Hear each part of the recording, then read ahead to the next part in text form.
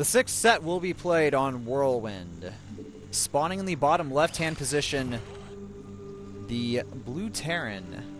Playing for CJ Entis, his name is Bbyong.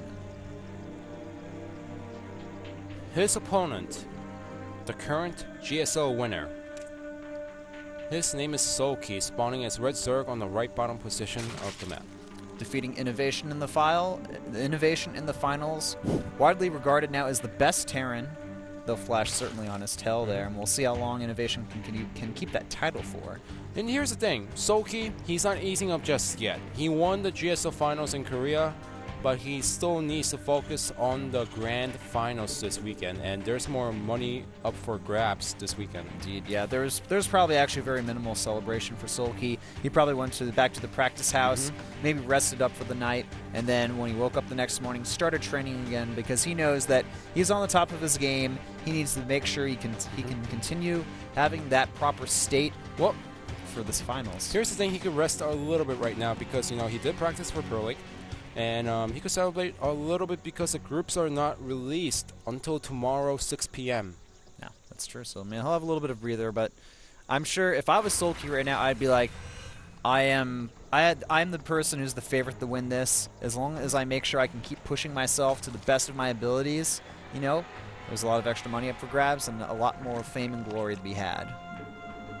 SoulKey opening up with the hatch first against his opponent. And he's playing super safe.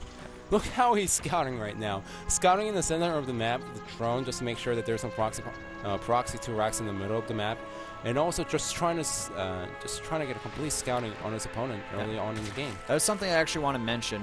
When you get to a certain level of skill as a player, your opponents start to cheese you a lot more than the norm, and you have to actually adjust your play a little bit based on that. You have to sometimes play safer. You have to scout for the proxies more. You can't go for as risky or greedy builds. You have to rely on your mechanics and just being better than your opponent. Well, so far, Bbyong has been playing greedy command center first and then the racks up. Gas behind this, so most likely it's going to be a factory follow-up. Yeah. I'm sure SoulKey will see this command center, have a little sigh of relief there, be like, oh, okay, good. He's going to try to play a macro game against me. And he's going to be like, well, it's not going to work because I'm the GSO champion. Ha ha ha ha ha. Alright, Barracks is just about to complete here. Command center as well. And no, that drone is not going to get any damage down here. That's actually cool. We can see the CJ logo on the side of the Barracks right there. Yeah, actually, a lot of people don't see that, but if you even in the middle of the cannon, there's a team logo. Oh. Yeah. I guess that makes sense. There are a few places here and there where you can see the logo, and you see it more on the Terran buildings because it's more visible. Hey man, if you can actually see through the spawning pool goo there, you can actually see the team logo there as well. I was lying. I know. I was just trying to fake the fans, and you had to say it was a.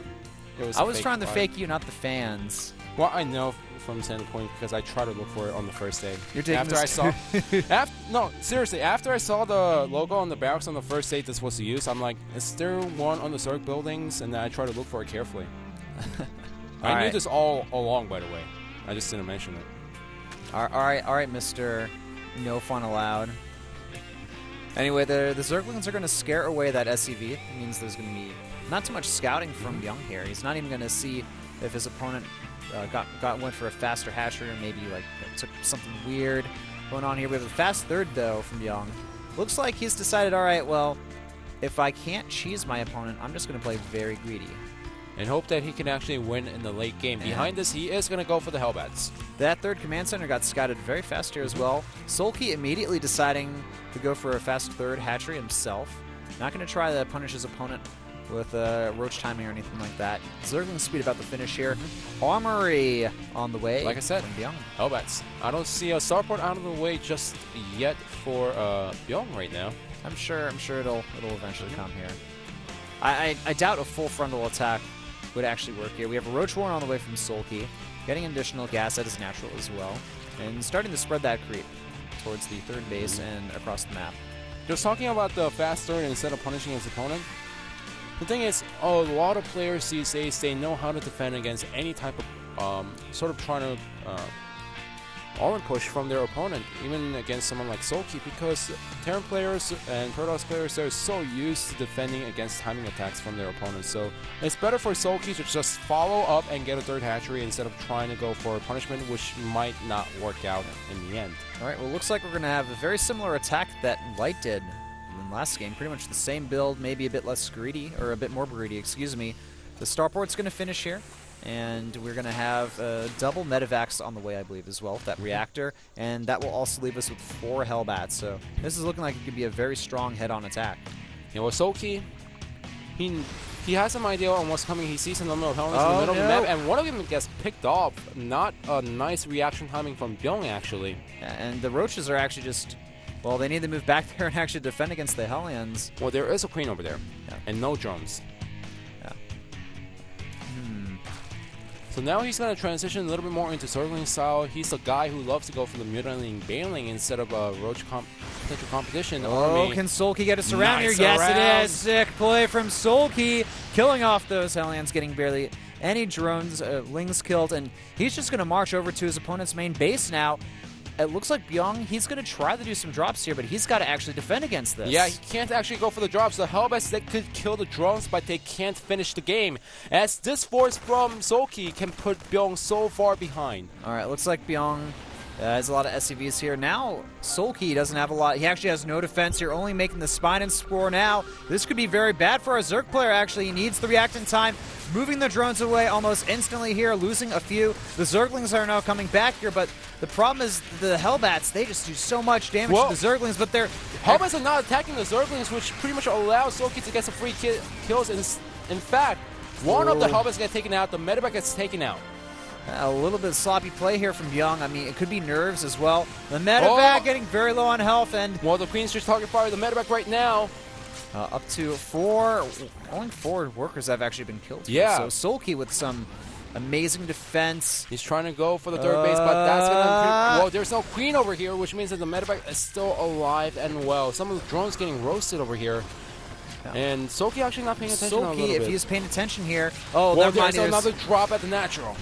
All right, that drop is going to be deflected for now. Oh, wow. That was pretty close there.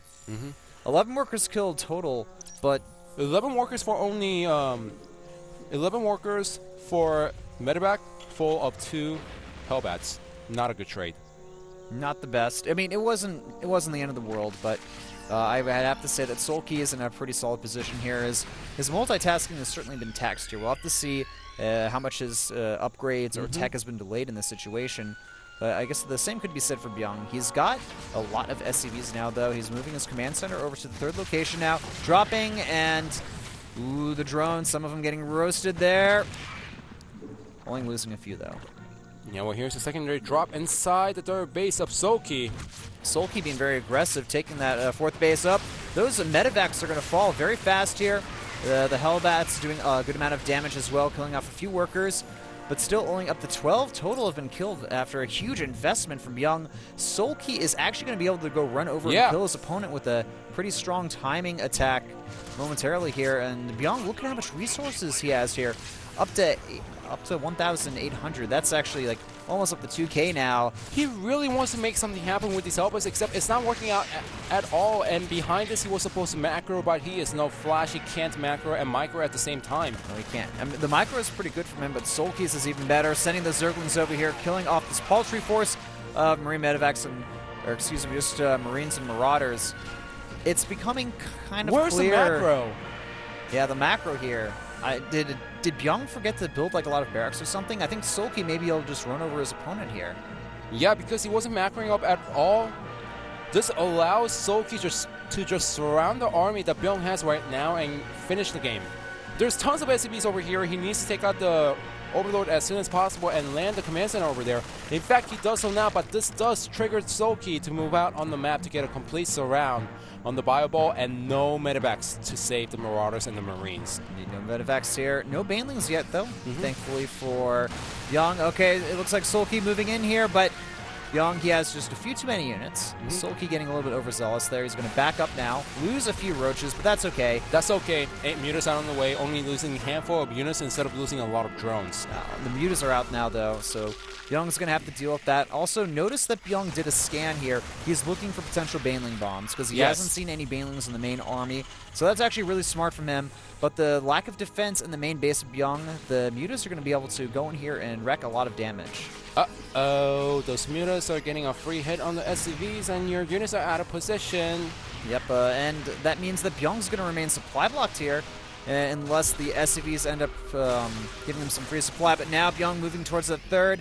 SoulKey has got enough units here that's going to force our CJ Terran the back off for now. Centrifugal Hook's about to complete here as well. The 2-2 as well, very close to completed here. SoulKey moving in. There's no Widow Nice Mines. around from the back, and the Widow Mine. Okay, not the Widow Mines, but the Baneling's not even getting a shot on the. Oh no, this Marines is terrible for Marauders. Bbyong. He doesn't have the Afterburner upgrade. The Baneling's killing off a lot of the units here. The mutas are going to be able to rout this army, and Bbyong going to lose more and more units. SoulKey moving in towards the third now. There's absolutely nothing there for defense. The two Hellbats, what are they against this amount of mutas, Banelings, and Lings? This is the power of the current GSO winner as he's just tearing apart Bbyong throughout the whole game. Yes, the Helmets did kill some drones, but it didn't do enough damage, and SoulKey, he is going to back off, but he did force a lift on the third command center once again, 15 minutes into the game. 161 supply, the 106. SoulKey with an insane advantage at this point. Bbyong, he needs to just micro his butt off. He needs to get some good Widow Mine shots here, and not building any units right now. Well, he doesn't have any resources to. There we go. He just spent on something else, and he has enough barracks, so I'm just surprised that he just didn't build that many units throughout the whole game. Yeah. All right, I guess he felt like he needed more medevacs and Widow Mines to try to stabilize here. He needs to play defensive. Mutas moving in here. They're going to easily take out that turret and continue the harassment here. That's a lot of mutas. He can't let the engineering base die here. And the Zerglings running by. They're going to go to the mineral line at the third base, kill off a lot of SCVs, maybe even force a lift. One of the engineering bases have been taken out as well. SoulKey is everywhere. And I hate to say it, but Bbyong is getting completely outplayed right now. And this is what happens when you play against the current GSL champion a day or two after he won his title. Here's the problem. Bbyong cannot kill the mutas inside the main base. There's only 17 Marines out. The Widow Mines are out of position, and that is up to 18 mutas. So Bbyong, he can defend against the mutas, but also he has to do is get more Zerglings, get more Banelings behind it. Even take up if he really wants to, and just keep those mutas alive. We have a drop here from Bbyong. He's going to try to turn things around, but SoulKey, instantly he's got his units here. The mutas are going to clean this up very easily, going after the medevac first.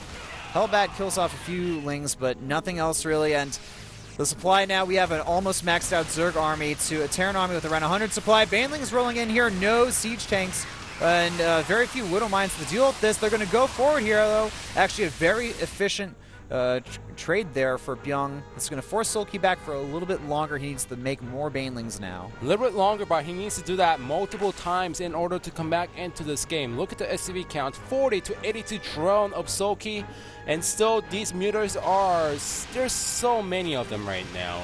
Only 30 Marines right now, 21 mutas, 16 Banelings out on the way for SoulKey. As Bbyong tries to come back and defend against the mutas inside the main base. Also trying to do a double-pronged attack, but not nice splits as the Banelings and the Zerglings eat away on Byung's army. The problem is Bbyong, he doesn't have the army to deal with this. The Zerglings and Banelings rolling through here. There's so many mutas as well. To deal with this, they're going to hit a lot of these medevacs. GG is called. SoulKey takes out Bbyong in the 6th set, and with that, WOONGJIN Stars achieves a victory with the score of 4-2. He didn't break a sweat. He did. I actually felt sorry for Bbyong that game because it was painful. It just showed how good SoulKey was, man. That was just, I don't know. I mean, I'm pretty sure Bbyong didn't want to play him today because SoulKey is the GSL champion, and the lineup was revealed before the finals were played this weekend. Indeed. Last weekend, actually. SoulKey showing some very impressive play. Very minimal mistakes from him. Bbyong, he was floating a lot of resources at one point. I think I was so surprised. You could tell that he was a little bit nervous to that and a bit intimidated, but I mean you can't blame him. Even as a pro player, even if you're nervous, so getting up to 2K around 10 minutes into the game is saying he is really, really nervous. Yeah. And he's really out of it. Indeed. So that was a condition that Bbyong was in as he falls to SoulKey, where SoulKey